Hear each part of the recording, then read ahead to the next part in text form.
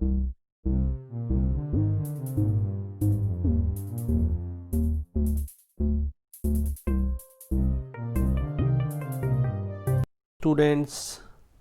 Welcome to my YouTube channel commerce classes by Vishal sir. आप सभी का मेरे YouTube channel commerce classes by Vishal sir में एक बार फिर से हार्दिक स्वागत है। बच्चों, आज हम काफ़ी important topic class 12th subject business studies और उसमें भी प्रोजेक्ट के बारे में बात करेंगे। जैसा कि आप यहाँ देख रहे हैं कि business studies project for class 12th। काफ़ी सारे मेरे जितने भी साथी हैं, स्टूडेंट्स हैं, वो सभी जानना चाह रहे थे कि इस बार की गाइडलाइंस क्या हैं, प्रोजेक्ट किस तरह बनाया जाए बिजनेस स्टडीज़ का। कोई गाइडलाइंस नहीं है क्योंकि कोविड के कारण काफ़ी सारे चेंजेस हुए हैं इस बार। 4 में से कोई भी आपको टोटल 4 टॉपिक हैं, उसमें से कोई भी एक प्रोजेक्ट बनाना है। लास्ट ईयर तक हम 2 प्रोजेक्ट बनाते थे, 10 मार्क्स के 2 बनाते थे, लेकिन अब ऐसा नहीं है। तो इसकी क्या गाइडलाइंस हैं, क्या इसका सीबीएसई ने इसकी गाइडलाइंस इशू करी है, हम आज डिटेल वीडियो में इसमें बात करेंगे इसके बारे में। तो आइए हम समय ना ख़राब करते हुए टॉपिक की ओर चलते हैं। ये देखिए, project work in business studies CBSE class 12 2021। इस बार जो टोटल वेटेज है, जैसे कि हर बार की तरह 20 मार्क्स की है, 20 मार्क्स की वेटेज ही होती है प्रैक्टिकल में प्रोजेक्ट की। और आपको जो मेन बात है इस बार चेंज है, एक ही फाइल बनानी है। टोटल जो प्रोजेक्ट बनेगा वो एक फाइल बनाएगा। लास्ट ईयर की तरह 2 फाइल्स या 2 उस जो टॉपिक्स हमारे उन पर नहीं बनानी है। और चैप्टर भी इसमें 1 आउट ऑफ 4 हैं, मीन्स 4 टॉपिक सीबीएसई ने प्रेस्क्राइब्स करे हैं, बता रखे हैं। अभी हम उसके बारे में बात करेंगे। उसमें से किसी भी एक को लेकर आप प्रोजेक्ट बना सकते हैं। और उससे पहले हम उन 4 टॉपिक्स की बात करें, आपको मैं ये बता देता हूँ कि टोटल जो 20 मार्क्स का एलोकेशन ऑफ मार्क्स है वो किस हिसाब से असेसमेंट है उसका। The marks will be allotted under the following heads. Number 1 initiative, cooperativeness and participation के 2 मार्क्स हैं। मीन्स अगर बच्चा इनिशिएटिवनेस दिखाता है कि मिलजुल कर कोऑपरेटिवनेस से काम कर रहे हैं, पार्टिसिपेशन से काम कर रहे हैं, इसके 2 मार्क्स हैं। क्रिएटिविटी इन प्रेजेंटेशन, कि आपने कितनी ज़्यादा क्रिएटिविटी दिखाई है, कितनी ज़्यादा न्यू चीज़ें दिखाई हैं प्रेजेंटेशन में उस प्रोजेक्ट को बनाने में, 2 मार्क्स उसके हैं।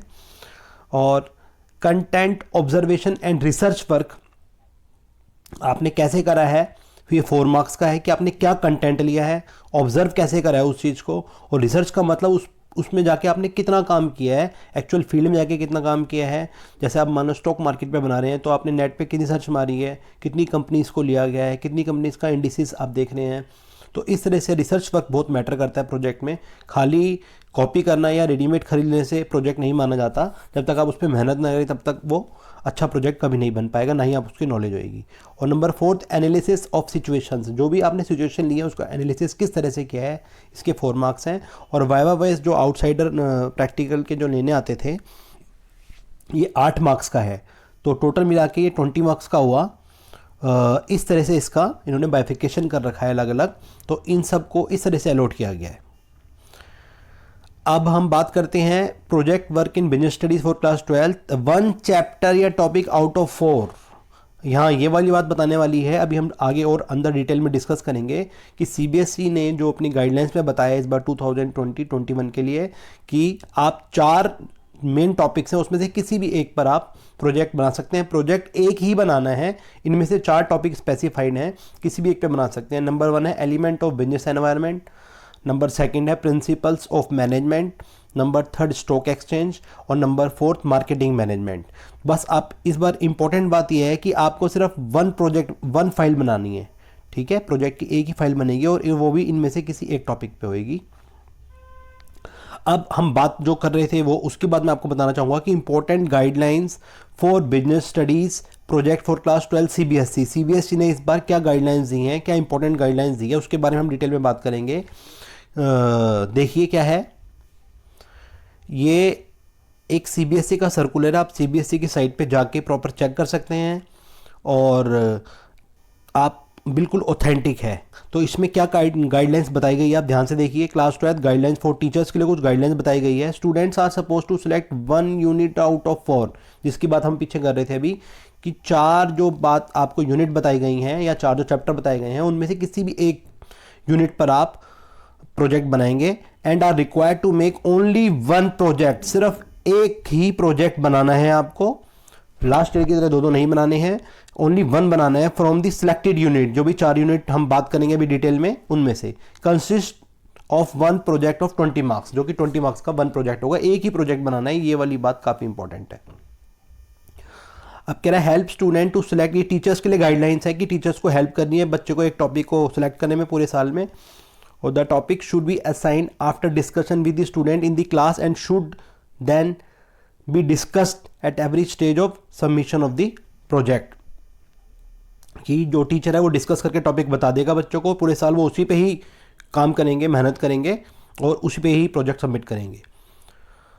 The teacher should play the role of a facilitator, teacher एक फैसिलिटेटर का रोल प्ले करेगा and should closely supervise the process of project completion, और देखेगा कि बच्चे सुपरवाइज करके देखेगा कि वो बच्चे उस प्रोजेक्ट को ढंग से कर रहे हैं या नहीं कर रहे हैं।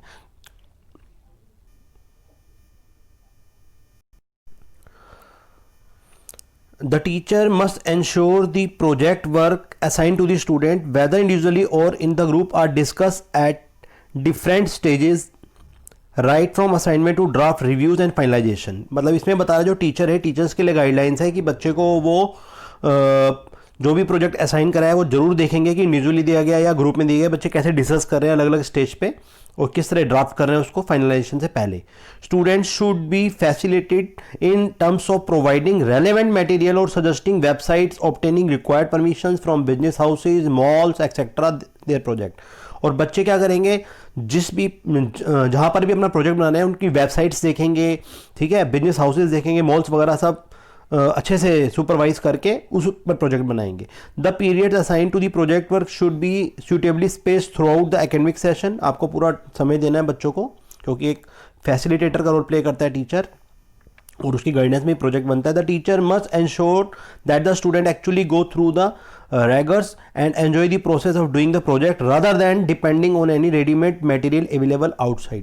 तो बच्चे मतलब एक्चुअल में रिसर्च करके ही उस पर प्रोजेक्ट करें तो ज़्यादा बेटर है, रादर देन इसके कि वो बाहर से रेडीमेड खरीद लेते हैं, उसका कोई फ़ायदा नहीं है। The student must take a presentation, make a presentation of the project before the class. तो बच्चे एक क्या करेंगे, इसकी प्रेजेंटेशन भी बनाएंगे क्लास से बनाने से पहले इसको। The teacher must ensure that the student self esteem and creativity is enhanced and both the teacher and student enjoy this process. तो टीचर को ये भी इंश्योर करना है कि बच्चे की जो एक सेल्फ रिस्पेक्ट है, सेल्फ एस्टीम है और क्रिएटिविटी वो बढ़नी चाहिए इससे, और दोनों ही इसको एंजॉय कर रहे हैं प्रोसेस को। The teacher should feel pride in the fact that they have explored the different dimension of the project in innovative way and student have put in genuine work. तो ये टीचर को as a facilitator देखना है कि वो ढंग से उस काम को कर रहे हैं या नहीं कर रहे हैं, और इनोवेटिव तरीके से कर रहे हैं नहीं कर रहे हैं, और जेन्युइन वर्क कर रहे हैं नहीं कर रहे हैं। अब हम जिन 4 टॉपिक्स की बात कर रहे थे वो ये हैं। प्रोजेक्ट 1 जो बनाना था एलिमेंट ऑफ बिजनेस एनवायरनमेंट पे, तो सबसे पहला ये है जिसमें हम पीछे डिस्कस आपको मैं बता रहा था कि डिटेल में बात करेंगे, तो हम बात करते हैं। The teacher should help the student in selecting one of the element of the following. तो इनमें से टीचर को हेल्प करनी है बच्चों की। नंबर 1, किसी भी एक को छांटने में। Changes witness over the last few years, mode of packaging and it's economic impact, कि बहुत सारे जो चेंजेस आए हैं बहुत सारे पिछले सालों में पैकेजिंग पे और इसके इकोनॉमिक्स इम्पैक्ट पे। The teacher may guide the student to identify the following changes, जैसे the changes in transportation of fruits and vegetables such as cardboard crates being used in place of wooden crates etc. Reason for the about changes. तो teacher को बच्चों को बताना है कि जैसे पहले फ्रूट्स वगैरह वेजिटेबल आते थे वो किस तरह ट्रांसपोर्ट में होके आते थे, फिर कार्डबोर्ड में आने लग गए, उसके बाद फिर वुडन क्रेट में आने लग गए, तो इस तरह से बच्चों को बताना है। जो मिल्क है वो सप्लाइड होता था पहले ग्लास बोटल्स में आता था, डीएमएस का बहुत ज़्यादा दूध बिकता था ऐसा, उसके बाद प्लास्टिक बैग में आने लग गया और अब टेट्रा पैक में आने लग गया थ्रू वेंडिंग मशीन के थ्रू। तो ये सब बच्चों को गाइड करना है, फिर बच्चे इन पे फोकस करके प्रोजेक्ट बनाएंगे। The plastic furniture doors and stools gaining preference over wooden furniture. पहले प्लास्टिक फर्नीचर जो है अब ज़्यादा गेन कर रहा है वुडन फर्नीचर के ऊपर, अब प्लास्टिक ज़्यादा आ गया है। The origin of cardboard and various stages of changes and growth, cardboard ज़्यादा आ गए हैं, बहुत सारी स्टेज आ गई है चेंज और ग्रोथ की। Brown paper bags packing to recycle paper bags to plastic bags and cloth bags. तो पहले ब्राउन पेपर बैग्स जो होते थे अब रिसाइकल वाले बैग्स आ रहे हैं, प्लास्टिक बैग क्लॉथ बैग की जगह ब्राउन पेपर बैग्स ने ले लिए जो रिसाइकल हो सकते हैं। Reuse of packaging bottles jar tins to attract customer for their products. तो अब ये सारी चीज़ें मार्केट में नहीं आ चुकी हैं। The concept of pyramid packaging for milk cost being borne by the consumer manufacturer, packaging use as means of advertisement। तो ये सारी बातें बच्चों के साथ डिस्कस करनी है। अब टॉपिक सेकंड जो है प्रिंसिपल्स ऑफ मैनेजमेंट, जो कि काफ़ी इंपॉर्टेंट क्वेश्चन है। 14 प्रिंसिपल जो हेनरी फ्योल के हैं वो उनके बारे में ही बात हो रही है ये, और जो साइंटिफिक मैनेजमेंट के 4-5 प्रिंसिपल्स हैं उनके बारे में भी है। तो यहाँ क्या बता रहा है, the student are required to visit any one of the following. ये जो सेकंड टॉपिक जो लेना है प्रिंसिपल ऑफ मैनेजमेंट का लेना है, और स्टूडेंट को रिक्वायर्ड किया गया इसमें कि ये चीज़ विजिट करें कोई डिपार्टमेंटल स्टोर या इंडस्ट्रियल यूनिट या फास्ट फूड आउटलेट या any other organisation approved by the teacher. They are required to observe the application of the general principles of management advocated by Fayol. तो Fayol के जो 14 principal हैं वही principles हैं सारे Henry Fayol के। ये लिखा हुआ है ऊपर, division of work, unity of command, unity of direction, scalar chain, esprit de corps, fair remuneration to all,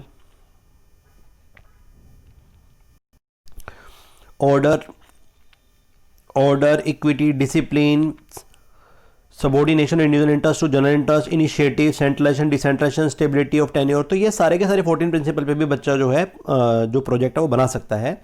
या फिर और का मतलब ऑप्शन दिया गया, they may inquire into the application of scientific management जो टेक्निक्स थी FW टेलर के अकॉर्डिंग, वह भी यूनिट भी देख सकता है। साइंटिफिक टेक्निक्स जो मैनेजमेंट की थी, functional foremanship, standardisation and simplification of work, method study, motion study, time study, fatigue study, तो इस पर भी वो प्रोजेक्ट बना सकता है किसी भी एक पर। और टॉपिक 3 की बात करें तो stock exchange project for class 12th। तो स्टॉक एक्सचेंज की बात हो रही है, the students are expected to do. इसमें ये माना जाता है कि बच्चे ये कम से कम इस अगर ये प्रोजेक्ट कर रहे हैं तो वे ये काम जरूर करें, ये develop a brief report on history of stock exchange in India. India के जो हिस्ट्री रही है स्टॉक एक्सचेंज की उस पर एक ब्रीफ रिपोर्ट बनाएं। Prepare a list of at least 25 companies listed in stock exchange. कम से कम 25 लिस्टेड कंपनियों की एक लिस्ट बनाएं वो। To make a imaginary portfolio totalling a sum of INR 50,000 rupees equally in any of the 5 companies of the choice listed about over a period of 20 working days. तो 20 दिन के अंदर अंदर वो इन 5 कंपनियों में 50,000 रुपये तक का एक ऐसा पोर्टफोलियो बनाए, और ये देखें कि वो जो लिस्टेड कंपनियां वो इसमें होनी चाहिए, और 20 दिन के अंदर इस काम को कोशिश करें ख़त्म करने की। और इसका जो मेन पर्पस था इस प्रोजेक्ट का वो यही है ताकि बच्चों को, स्कूल के स्टूडेंट को वैल्यूज़ पता लगे इन्वेस्टिंग की, स्टॉक मार्केट की यूटिलाइजिंग पता लगे। Project also teach important lessons about the economy, mathematics, इन सब के बारे में बताता है। The basic of this project is to learn about the stock market while investing a specified amount of fake money in certain stocks. Students then study the result and buy and sell as they see fit. तो इसमें यह बताया कि बच्चों को क्या करना है कि स्टॉक मार्केट में देखना है कि जो किस तरह से पैसा इन्वेस्ट किया जाता है। कई बार फेक मनी लगाई दी जाती है, लगा के भी देख सकते हैं बच्चे इसमें। स्टूडेंट देन स्टडी, और वह स्टडी करें कि जो रिजल्ट है और बाय सेल का क्या पड़ता है इस पर। This project will also guide the student and provide them with the supplies necessary to successfully monitor stock market trends and will teach student how to calculate profit and loss of the stock. तो ये जो है project stock exchange वाला बच्चों को बहुत अच्छे से गाइड करता है, और बच्चों को ये मॉनिटर करके अच्छे से देखना है इसमें कि स्टॉक मार्केट की ट्रेंड क्या है, स्टॉक मार्केट बढ़ रही है या घट रही है, क्यों बढ़ रही है, क्यों घट रही है, इसके रीजंस क्या होते हैं। और विल टीच स्टूडेंट, ये स्टूडेंट को ये पढ़ाया जाएगा इसमें how to calculate profit and loss on stock, कि हम कैसे किसी भी स्टॉक में प्रॉफिट लॉस कमा सकते हैं, यह होता है। नंबर लास्ट 4 प्रोजेक्ट है marketing project topics for class 12th। To begin with the student must choose product and services. द chosen product service should not be one of whose consumption used in discouraged by the society of the government। तो सबसे पहले कि बच्चों को किसी product या services के बारे में बताना है मार्केटिंग प्रोजेक्ट से पहले। जो भी प्रोडक्ट या सर्विसेज वो चुनेंगे वो हो जो कंजम्पशन की जाती हो, जिसका यूज़ होता हो, ठीक है, सोसाइटी या गवर्नमेंट के द्वारा। Now the student are required to make a project on the identified product services keeping in the mind of the following. तो किसी भी गुड्स या सर्विसेज पे मार्केटिंग मैनेजमेंट में ले सकते हैं वो, और ये सब माइंड में रखते हुए उनको इस प्रोजेक्ट पे काम करना है। सबसे पहले बातें ध्यान रखनी है, why they have selected this product service, क्यों उन्होंने लिया है। कोई भी प्रोडक्ट मान लीजिए, वो आजकल सैनिटाइजर की बात हो रही है कि सैनिटाइजर सेलेक्ट कर रहे हैं बच्चे, ठीक है, या फिर बच्चे सेलेक्ट कर रहे हैं शैम्पू की बात हो रही है, ठीक। तो इस तरह कोई भी प्रोडक्ट आप ले सकते हैं। Find out 5 competitive brand that exist in the market. तो आपको 5 कोई भी कॉम्पिटिटिव ब्रांड लेने जो मार्केट में एग्जिस्ट करते हैं उसके। What permission and licence would be required to make the product. तो आपको ये देखना है बच्चों को कि क्या परमिशन और लाइसेंस इसमें रिक्वायर्ड होती है, इसको देखने के लिए। What are your competitors USP, unique selling proposition, आपकी कॉम्पिटिटर किस प्राइस पे इसको बेचते हैं। Does your product have any range, give details, क्या आपके प्रोडक्ट का डिटेल्स वगैरह है या नहीं। What is the name of your product, क्या नाम रखेंगे आप। एनलिस्ट इट्स फीचर क्या है इसके, लेबल क्या लगा रहे हैं आप, लोगो कैसा लगाएंगे अपने प्रोडक्ट का। तो ये सब बातें बच्चों को ध्यान में रखनी है। ड्राफ्टेड टैगलाइन क्या होगी, आप सेलिंग प्राइस कस्टमर का क्या रखेंगे, सेलिंग प्राइस रिटेलर का क्या रखेंगे, सेलिंग प्राइस होलसेलर का क्या रखेंगे। व्हाट इज द प्रॉफिट और मार्जिन, आपका क्या होगा परसेंटेज में, मैन्युफैक्चर, होलसेलर, रिटेलर का अलग अलग भी हो सकता है, तीनों का अलग ही होता है। और how will you product be packed, कैसे पैक्ड होगा। How which distribution channel of distribution are you going to use, give reason for selection, decision related to warehousing वगैरह, ये सब चीज़ें इसमें आपको बच्चों को बतानी है ताकि वो इसको अच्छे से समझ सकें और इसके बारे में कोई भी टॉपिक चूज कर सकें।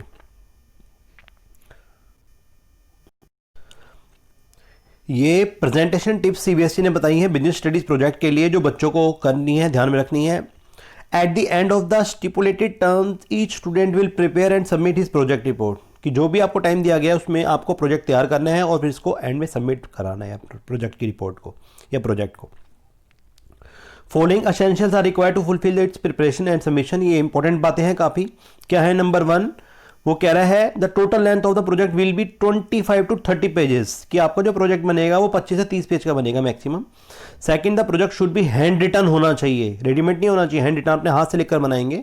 Number 3, the project should be presented in a neat folder, एक अच्छे से फोल्डर में, साफ से फोल्डर में होना चाहिए। Number 4, the project report should be develop in the following, आपको ये वाली बात ध्यान रखना है, ये सीक्वेंस है इसकी प्रोजेक्ट रिपोर्ट जब आप बनाएंगे। कवर पेज कैसा होना चाहिए, उसमें टाइटल लिखा होना चाहिए, स्टूडेंट इन्फॉर्मेशन होनी चाहिए, स्कूल और year, followed by the list of content, school का नाम होना चाहिए, ईयर होना चाहिए किस ईयर में बनाई है, क्या कंटेंट है लिस्ट की आपकी, एक्नॉलेजमेंट क्या है, और एंड प्रीफेस होना चाहिए कि acknowledging the institution, the places visited, the person who have helped.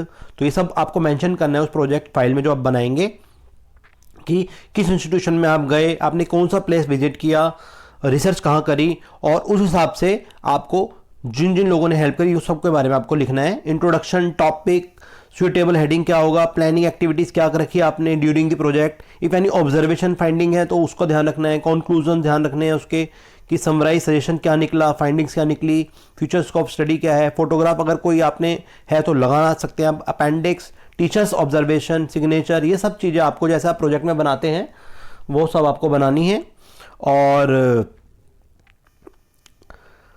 ये एंड में एक बार फिर मैं असेसमेंट बताना चाहता हूँ आपको कि किस तरह से 20 मार्क्स जो बनाए गए थे। पहले वाली बात है, कोई नई नहीं है इसमें, कि 20 मार्क्स इस हिसाब से बांटे गए थे। पहला है 2 मार्क्स है इनिशिएटिव, कोऑपरेटिवनेस और पार्टिसिपेशन के।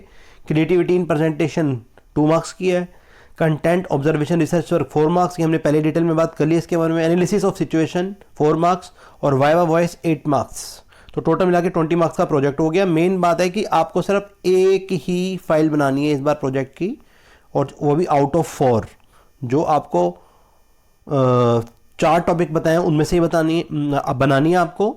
तो आई होप आपको ये समझ में आया होगा और काफ़ी हद तक आपकी हेल्प करेगा किस तरह आपको प्रोजेक्ट की जो गाइडलाइंस है सीबीएसई ने इशू करी है।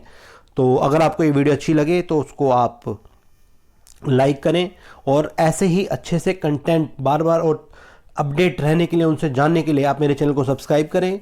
मैंने बहुत सारी अकाउंट्स और बिजनेस पे वीडियोस बना रखी हैं, आप मेरे चैनल से जुड़े रहें, कॉमर्स अच्छे से पढ़ते हैं। और बहुत जल्दी हम अकाउंट पे और 11th क्लास के प्रोजेक्ट पे भी हम बात करेंगे, और मैं आपको अभी 1 या 2 वीडियो प्रोजेक्ट की भी डाल के इसमें दिखा दूंगा। आप मेरे चैनल से जुड़े रहें और उसको सब्सक्राइब कर लें ताकि लेटेस्ट अपडेट आपको मिलते रहेंगे। और इसी के साथ आपका इस चैनल और इस वीडियो दोनों को देखने के लिए बहुत बहुत धन्यवाद।